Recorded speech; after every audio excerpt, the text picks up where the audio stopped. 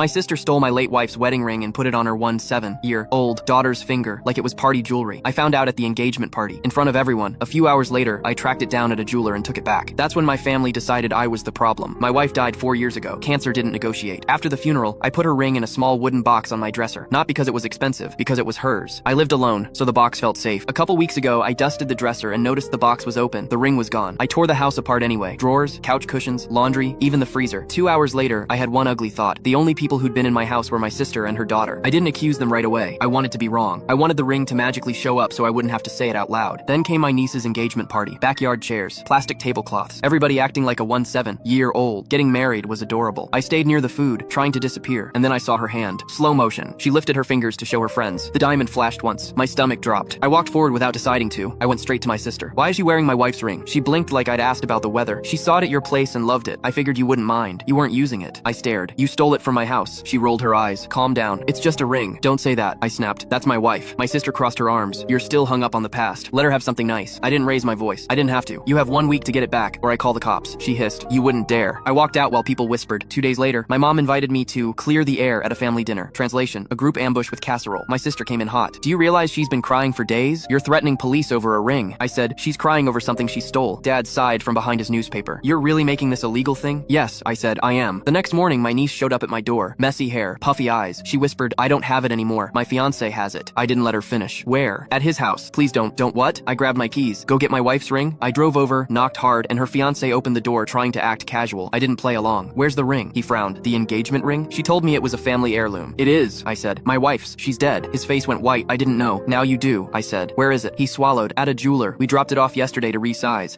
I went downtown and walked into the shop. The man behind the counter asked for a receipt. "I don't have one," I said, "because it was stolen from my house. It's my late wife's ring. Bring it out, or we call the police." He disappeared into the back and came out with a tray. There it was. Simple gold, small diamond, everything I'd been missing. "That's it," I said, and I took it. "Bill them for the resizing." Then I left. I got home, locked the door, and put the ring back in its box. Then I hid it high in my closet because apparently family meant my grief was public property. An hour later, they showed up on my lawn. My sister was yelling. My niece was sobbing. My parents stood there like referees. "You had no right to take it back," my sister shouted. I said, "You had no right to take it, period." Mom tried the soft voice. "Can't you just let it go for the sake of the family?" "It's not jewelry," I said. "It's my wife," my niece cried. "You're not even married anymore. It's just a ring." I looked her dead in the face. "You don't get to erase my marriage because you want something shiny?" Her fiancé tried to bargain. I cut him off. "Get off my property." I raised my phone. "Next time you'll hear from me through the police." They finally left, my sister spitting. "You destroyed this family." Maybe I did. Or maybe she did when she opened my dresser like it was hers. I bought a small safe and bolted it to the floor in my closet. I locked the ring inside and set the combo to something no one would guess. I visited my wife's grave once, just to say, I kept it safe. My family stayed angry. The ring stayed mine.